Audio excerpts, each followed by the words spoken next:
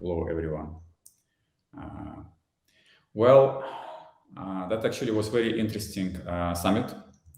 I was following almost all of the topics. Unfortunately, I didn't have a chance to watch all of them.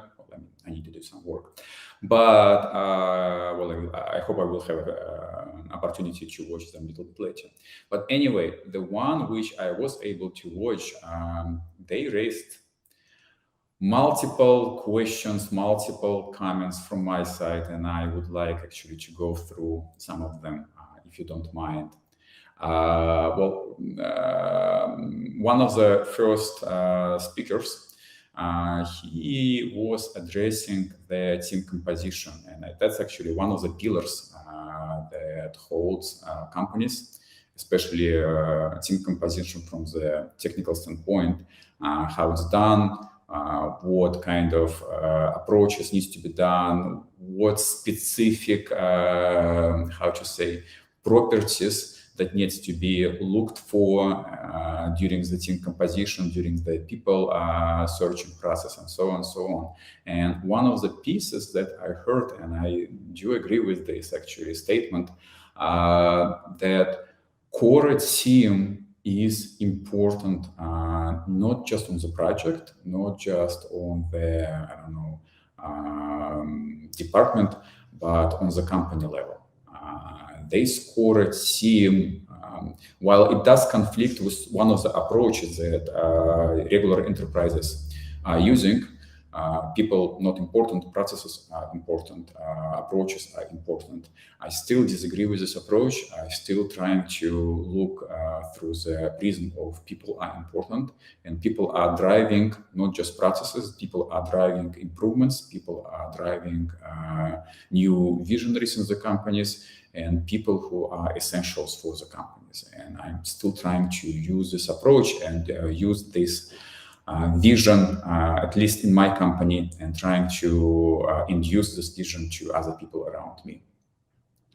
Anyway, so we live in very difficult time from the point of, well, not difficult, difficult is not right word, by the way, here, in a very interesting time. And time is getting more interesting as we go through. Number of technologies, number of framework, number of approaches, best practices are growing in exponential rate. And following them is very difficult. Selecting best of them are even more challenging. And having cross training between team members, applying new approaches to the team, to the team members, and everything else is essential and is very important these days. And again, is getting more important as we will discuss, as I will discuss a little bit later during my discussion. That actually was addressed in by two speakers. The one was discussing building the core team for the product and importance of the core team on the product, how it affects quality, performance, and everything else. More like core team works times faster than new team members that are brought regardless of their skills, regardless of their experience, because the core team are more coherent. They have better communication channels. They exchange information quicker, more smoothly. They understand each other. They need just one word to perceive entire sentence or entire feature. And that is important, just like, like married couples. They don't need to explain long tirades. One look, one, sign, and it's sufficient to understand what it's about, where does it go. So here, same applies, I guess, in the closely coherent core teams. Another piece that was discussed, it was during the artificial intelligence, machine learning piece that was presented during the summit. Basically, example was very specific one about cross-training between data engineering and data scientists. So based on the speaker view, it is easier to train data engineering, data scientist skills. So the data engineering team would be more efficient from the point of building models, understanding the consequences and everything else. Yes, And actually, that's a very good point. And I think it's going to be, people going to be trained more universally as technology do evolve.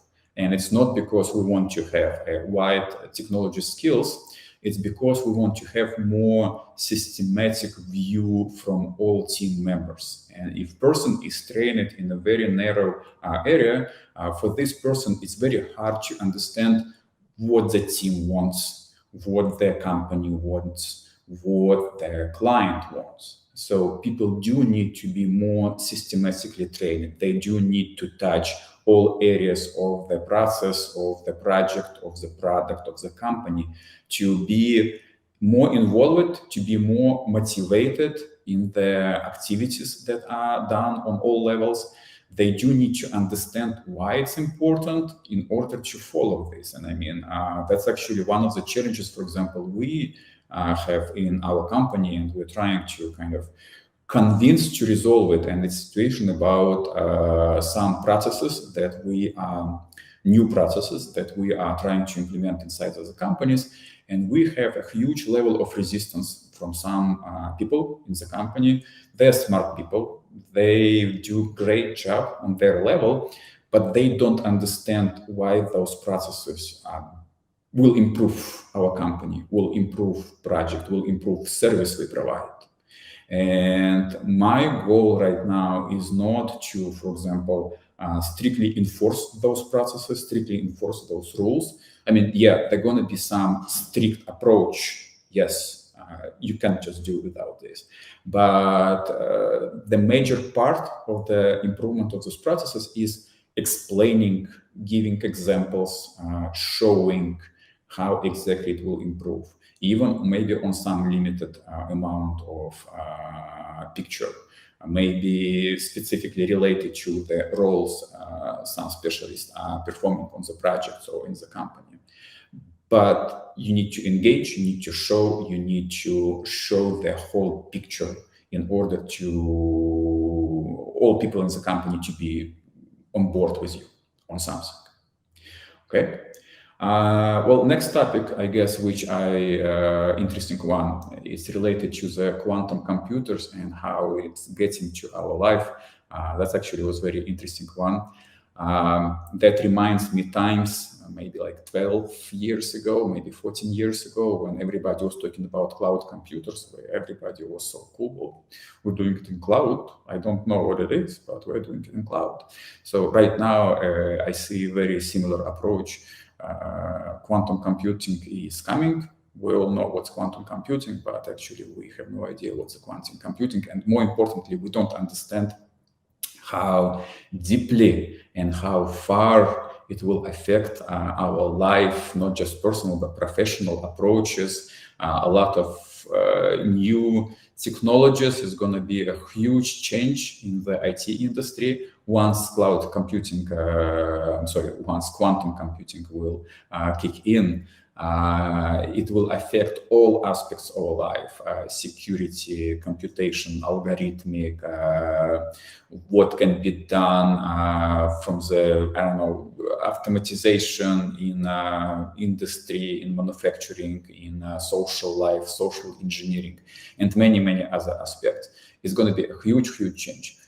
We're not there yet, but it's coming very soon. Well, another problem which was discussed, and I think everybody know about this, and everybody are struggling, everybody have its own solution, maybe some industry solutions, is related to the scaling. Scaling teams, scaling product is tough job. You need to know what you're doing. You need to have proper people boarded. You need to have proper processes built in time where it needs to be done, not before, not after. If you do it before, obviously it's going to be a huge overhead and it's going to be a huge slowdown on your company, on your project. Well, it depends on where you're trying to implement it. If it's going to be too late, obviously it's going to be too late. I mean, that's kind of define the consequences. You will have all kind of issues related to improper scalability, improper communication, improper problem solving, and everything else. So you need to be very careful here. Singularity is here-ish. Very controversial questions were raised. I believe some people already are buying the book which was presented during this conversation, including myself. Well, futuristic is futuristic. We're all very curious what's going to happen in the next 30 years, even if we're not going to be around industry at this time. But we want to see it, and we want to know how it's going to affect the life of our kids and our grandkids. So overall, I think a lot of very hot topics were touched during our summit. I hope people received answers. If not answers, that people received at least directions where those answers do exist. And if not this, at least we were able to raise some critical questions in your mind about challenges CTOs have in current realities. And I mean, if you have any questions, feel free to contact us, share your thoughts, share your questions, share your concerns. We will be more than happy to discuss it. We're always open to discussions. We will help you, or maybe you will help us to understand, or will be point something to us to improve. We are all happy. We are all looking forward to any communication, any questions, any suggestions. So that's about it. Any questions, any comments related to our summit? Go ahead. I will be more than happy to answer it.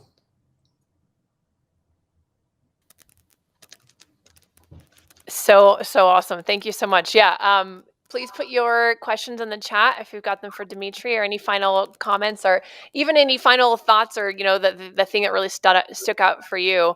It's always nice to hear what resonated with people. So feel free to put those in the chat. But yeah, I agree. A lot of really, really controversial and also difficult questions were raised that I think it's always good to that point you made before about creative friction, right? It's good to get those people getting your juices flowing and asking the hard questions that you don't ask yourself, so that you don't have to agree with them, but it still provokes some thoughts that you might not have otherwise, and it might even spark some ideas for you that that'll create new solutions and new innovation. So yes, agree with you. Very good. Thank you, Dmitry, for putting this event on and allowing myself, and I'll speak for April as well. Hope you don't mind co-hosting this event. Not at all. No, it's been a pleasure. It's been a pleasure.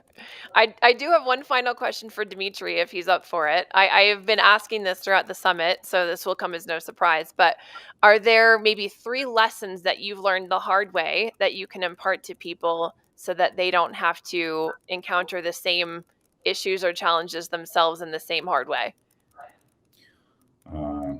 Well, I guess, I mean, I didn't expect this question, but I'll try to formalize those. Yeah, I know. I'm putting you on the spot.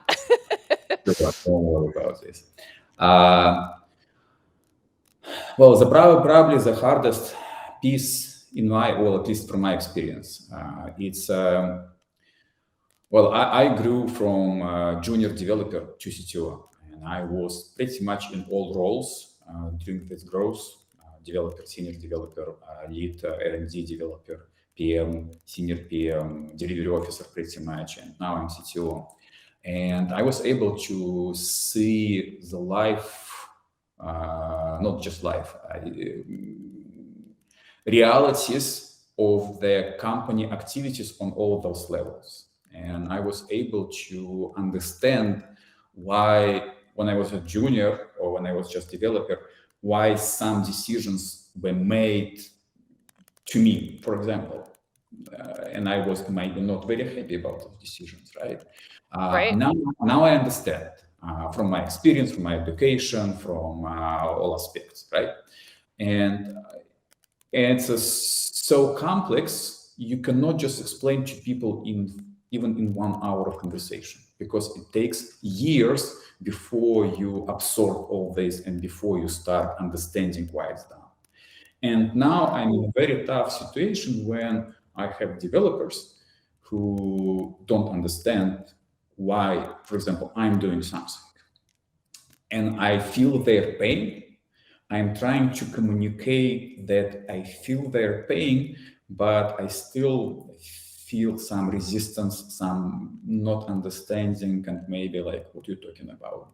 I mean, you're a boss, we are your people, and I mean, we don't understand what you're talking about. And that's probably one of the hardest pieces to understand it from my side, not to react on this and be still kind of supportive and continue conversation, continue explaining, even so I see some resistance and I see some not understanding. So that is the hardest piece that will exist. It's not something I will overcome or any CTO will overcome.